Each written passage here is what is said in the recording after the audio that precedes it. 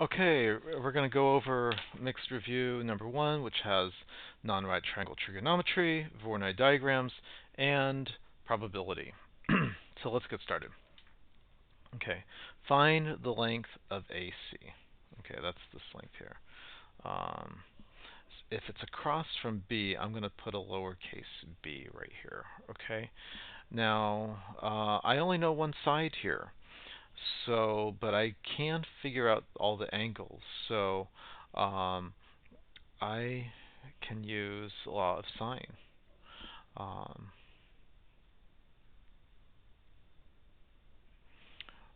so to do law of sine, what am I going to do? I'm going to use this angle with this side, and I'm going to use this angle with this side here, right? So now um, I can write 10 over sine 35 equals b over sine 80. Okay, and then we can cross multiply.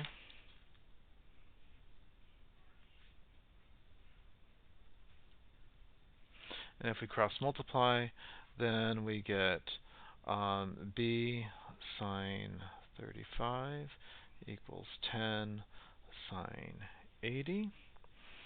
And um, 10 sine 80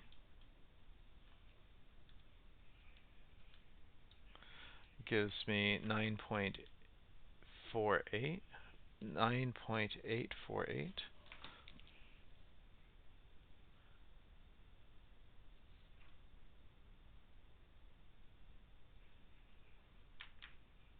Right? And so now I'm going to divide both sides by sine of 35. Right? And then I get, so I'm going to take that answer, second, x to the negative 1, divided by sine of 35, and I get 17.2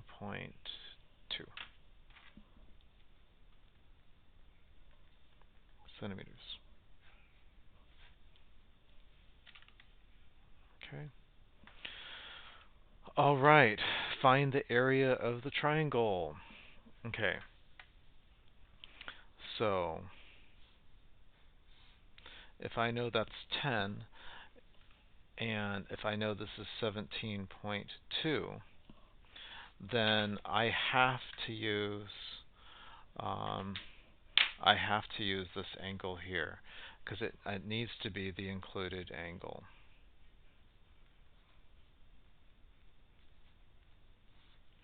Okay, so I'm going to be using this side and this side.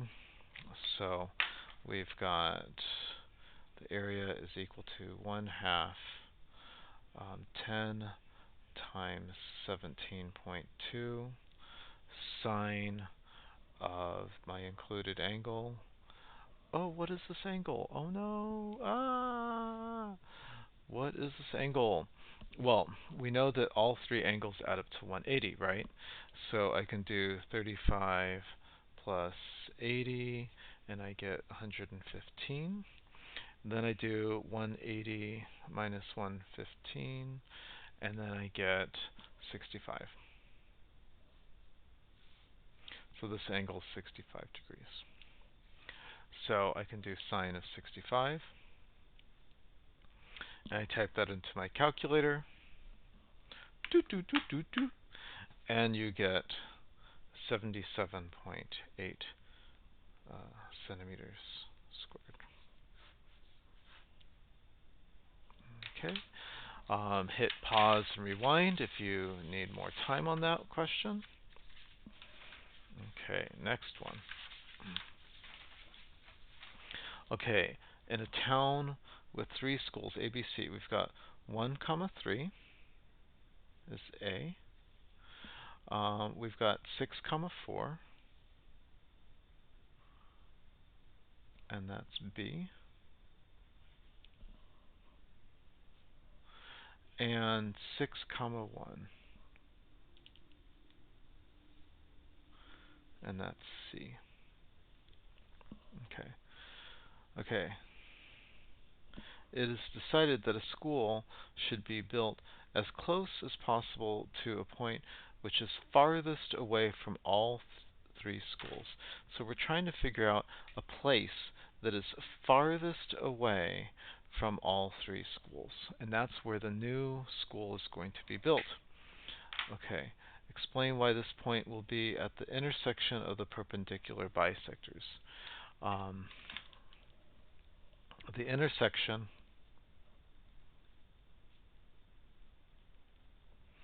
of the perpendicular bisectors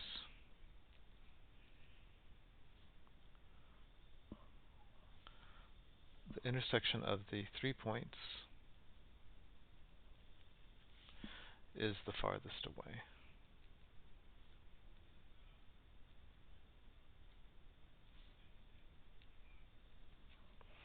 The intersection of the 3 points perpendicular bisectors.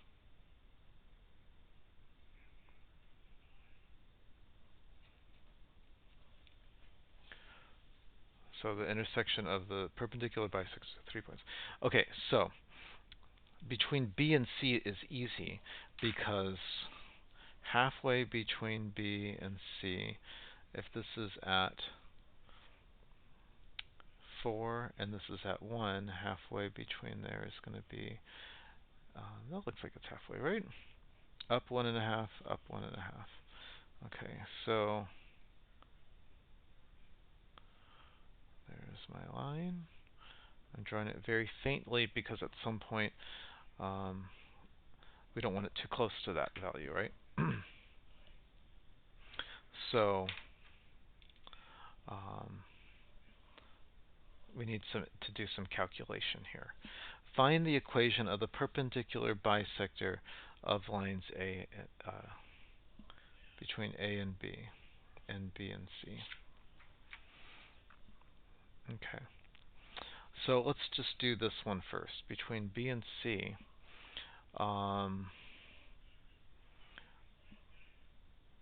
we know the perpendicular slope is equal to 0, right? Because it's flat, horizontal. So the perpendicular slope is 0, and the y value here has to be 2.5. Okay, so the equation of this line here is 2.5, because that's where it crosses. And it's y equals 2.5. X can be anything. Okay. We want to figure out the line that's somewhere like in here, right?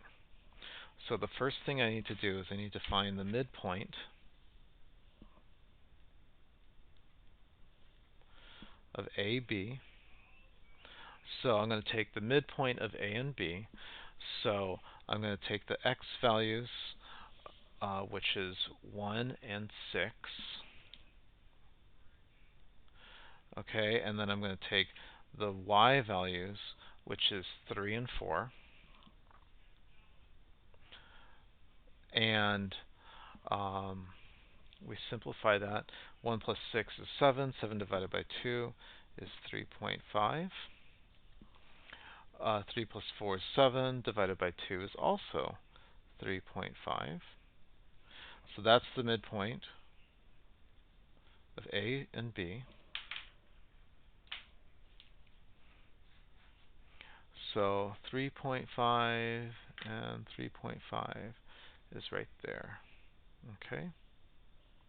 I'm just going to put a little X rather than a dot, so we know that our dots are there, our little X there. Okay, so now we need to figure out the slope. The slope of AB is equal to, now remember, slope is y2 minus y1 over x2 minus x1. Okay, so the difference of the y values, your y values are 4 minus 3, 4 minus 3 divided by, and then the difference of the x values. So 6 minus 1. 6 minus 1. So my perpendicular slope is 1/5. I'm sorry, my slope is 1/5. So if my slope is 1/5, then my perpendicular slope is equal to the opposite sign and the reciprocal of 1/5, which is 5. There are some people that are still having trouble with that. To find the perpendicular slope, you take the reciprocal, I call that 5/1, and you change the sign. Okay, so now I want to find, I've got a point and I've got a slope. So I'm going to write y minus y1 equals m, x minus x1, and I'm going to replace my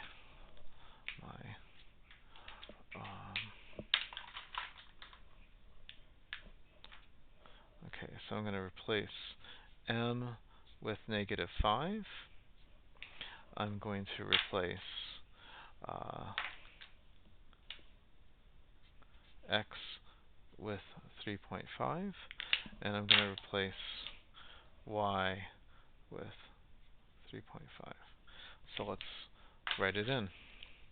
I've got y minus 3.5 equals -5 x minus 3.5. Okay, so now I can simplify this. I get y minus 3.5 equals -5x minus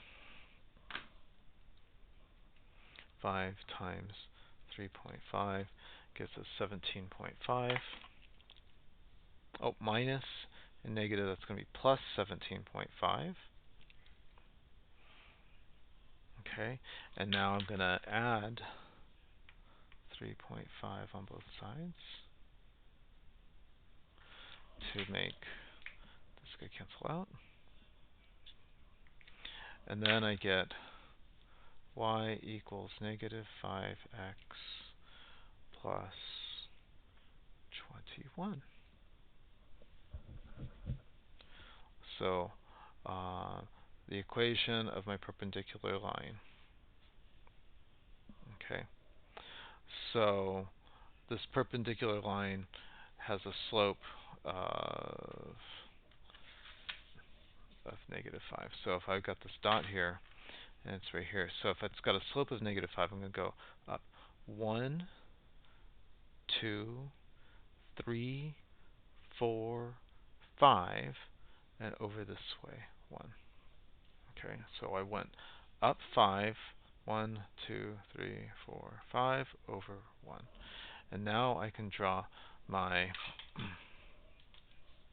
my line.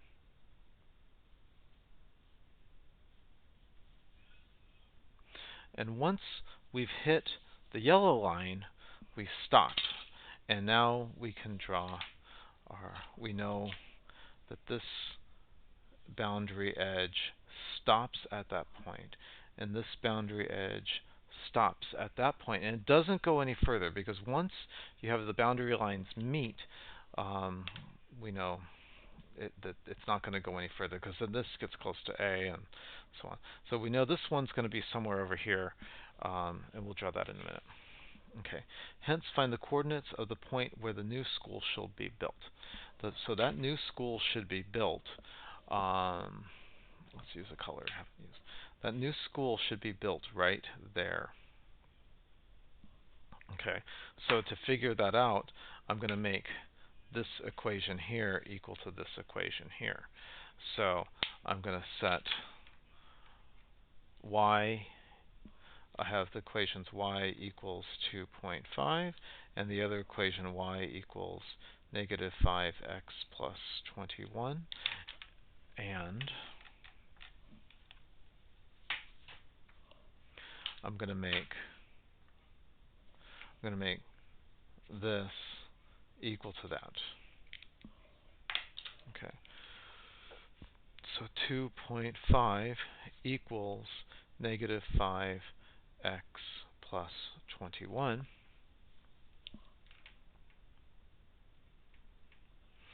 Okay, so let's subtract 21 on both sides. And then I've got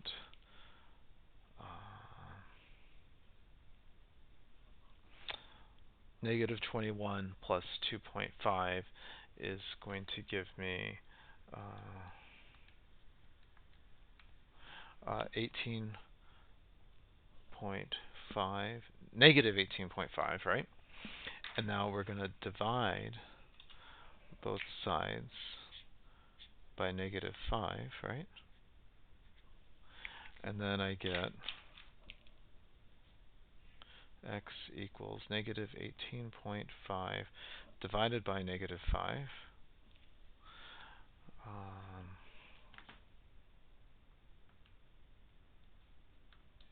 And we get 3.7.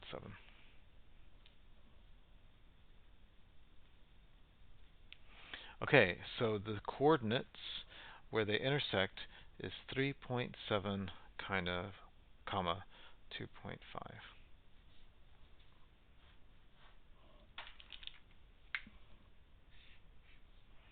Because we know y is 2.5, so that's, we already knew that, and we just figured out what x is when y is 2.5. Okay, next, determine the farthest, how far the new school will be from the other school. How far? So if I'm going to figure out how far, that means how far is A from that purple dot, or B from that purple dot, or C from that purple dot, right? Because if I had a compass, put it at that point, and drew it around from there, you could see it truly doesn't matter which point. If I'm using the distance formula, this dot is an equal distance from all of those points, isn't it? Okay, so the distance formula. x2 minus x1 squared plus y2 minus y1 squared, right? So let's just pick 2 points.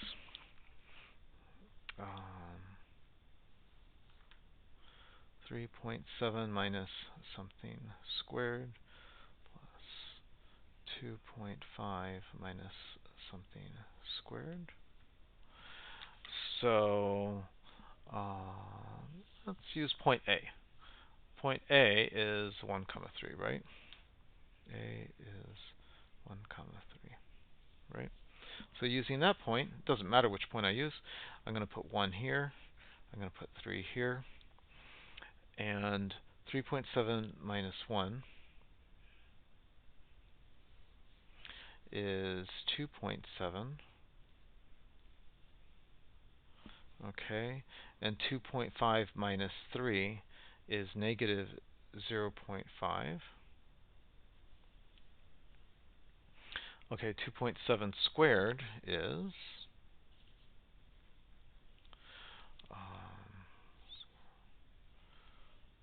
7.29. And 0.5, negative 0.5 times negative 0.5 is equal to positive 2.5.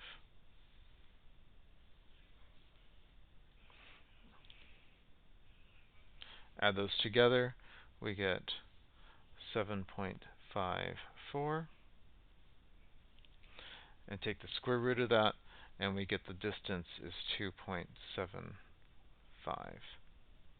kilometers. Alrighty.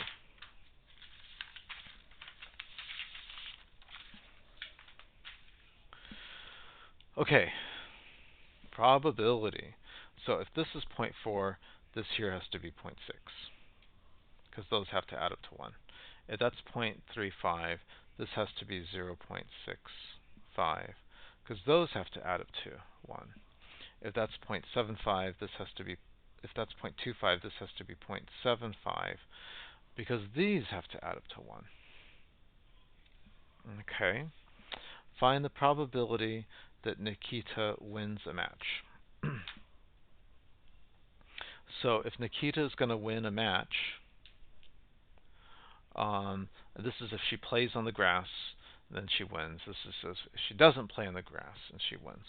So if we're going to figure out the probability of winning,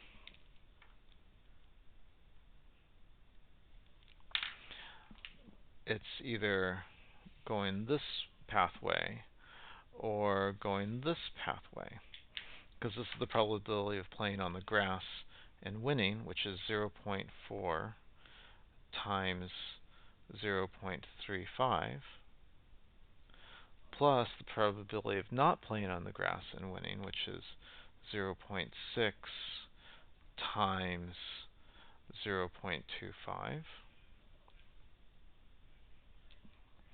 So 0.4 times 0.35 is equal to 0.14.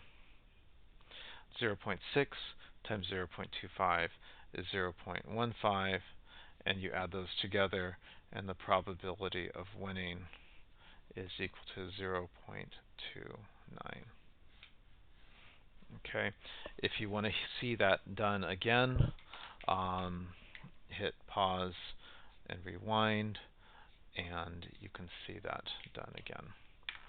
Because either way, if you go that blue pathway, you win, and if you go that blue pathway, you win. Okay. Okay, in a class of 21 students, 12 own a laptop, 10 own a tablet, 3 own neither.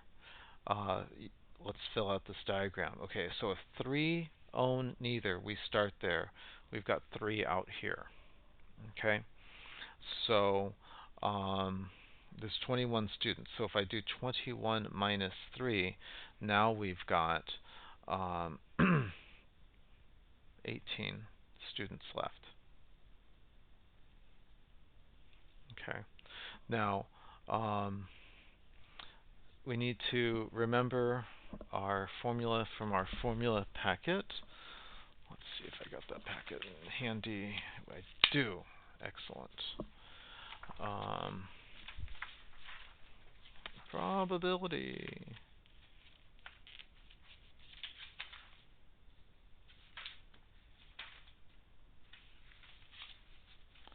Here we go. So combined events.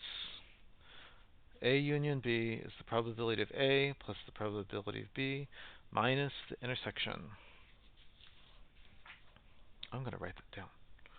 Probability A union B is equal to the probability of A plus the probability of B minus the probability of the intersection of A and B.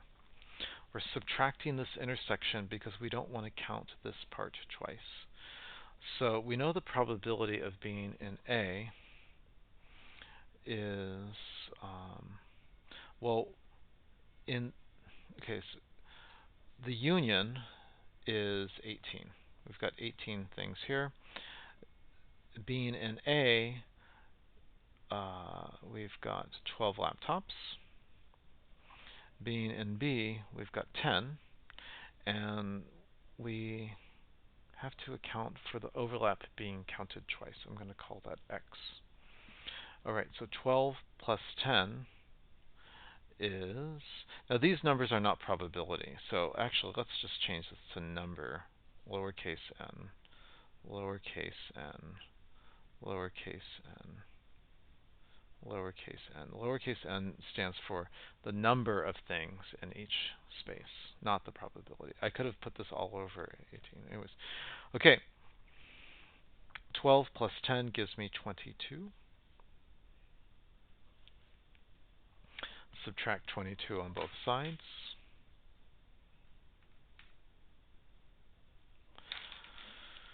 (18 minus 22 is negative 4 equals negative x. So x is going to be 4. So that means this overlapping value is 4. Okay. So now we can figure out what goes in R and S. if 12 own a laptop, then this value here has to be 8, because 12 minus 4 is going to give me 8. These two have to add up to 12. So if 10 own tablets, these two have to add up to 10. So if those two add up to 10, this is going to be 6, because these two have to add up to 10. Okay, now we can answer all these questions. Write down the value of P. P equals 3. Okay, find the value of Q. Well, Q is equal to 4. Write down the value of R and S. R equals 8, and S equals 6. Okay, let's do the next one. We're on a roll. A student at random is selected. Okay, so write down the probability that the student owns a laptop. So probability that a student owns a laptop. How many students own laptops?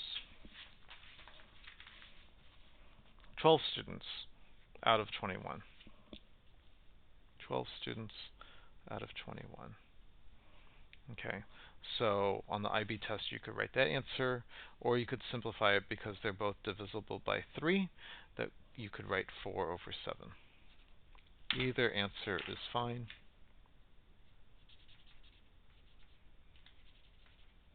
Either answer is fine.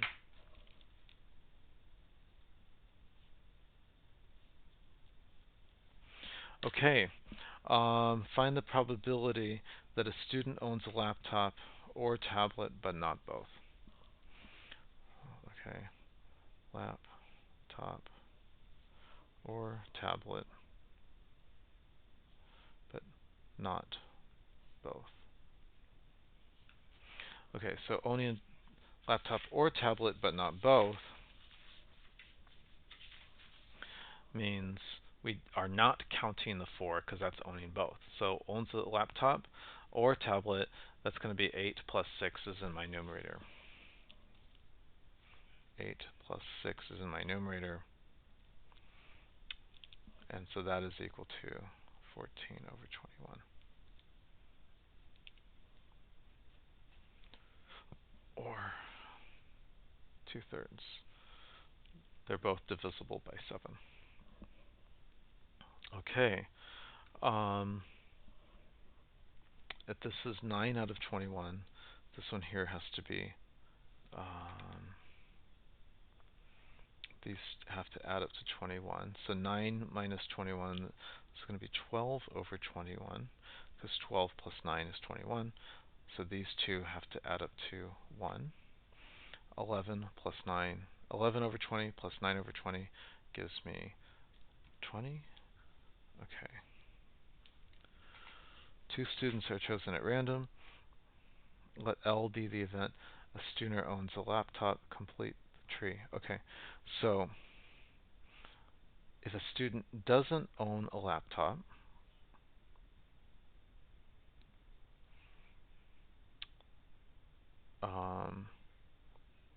okay, so 12 out of 21 own the laptop, 9 out of 21 don't own the laptop. So if I've picked a student without a laptop, so notice here our denominator is 20, right? That's because once you've picked a student, they're stepped aside, and then there's one less student. So notice how this numerator decreased by 1. This is called without replacement. Without replacement. Because it's without replacement, because once we've picked somebody, now there's one less person. So that's why our denominator has to be 20. So if we've picked somebody who doesn't have a laptop, now there's only 8 people left that don't have a laptop. 8 out of 20. If I've picked somebody without a laptop, there are still 12 people with laptops. So the probability of getting somebody with a laptop the second time is going to be 12 out of 20. Because I've picked somebody without a laptop, and now there's one less person without a laptop. But this number hadn't changed. If I went this way and I've picked somebody with a laptop, now there's only 11 people with laptops left. If I went this way and picked somebody with a laptop, there's still 9 people who didn't have a laptop. So that's how the probability tree is set up. Okay, write down the probability that the second student owns a laptop, given that the first person owns a laptop. So,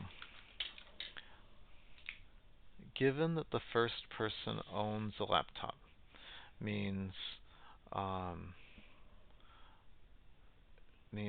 we've gone this way. Okay. So we've given that the first person owns a laptop means we've gone that way, and the probability that the second person owns a laptop, it's going to be 11 out of 20. Because we've said given that the first person owns a laptop means we're only looking at these values here. Okay, I hope that was helpful.